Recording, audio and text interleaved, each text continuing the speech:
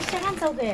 ও সপ্তাহে তো আনছিলে। ওই নাচ শাক ছাড়া শীতের ভিতরে চলে নাচ শাক ভর্তা খাওয়া রান্না খাওয়া সব কিছুই চলে আর কি আনছাও? দেখো ধনিয়া পাতা। দইনা পাতা কাঁচামরিচ আনছাও কে? কাঁচামরিচ নাকবো না তোমার কই নাই যে কাঁচামরিচ নাকবো না, কাঁচামরিচ আছে। তাই নাকি আমি তো আর খেয়াল করি নাই ফ্রিজে থেকে দেও না বাগুন।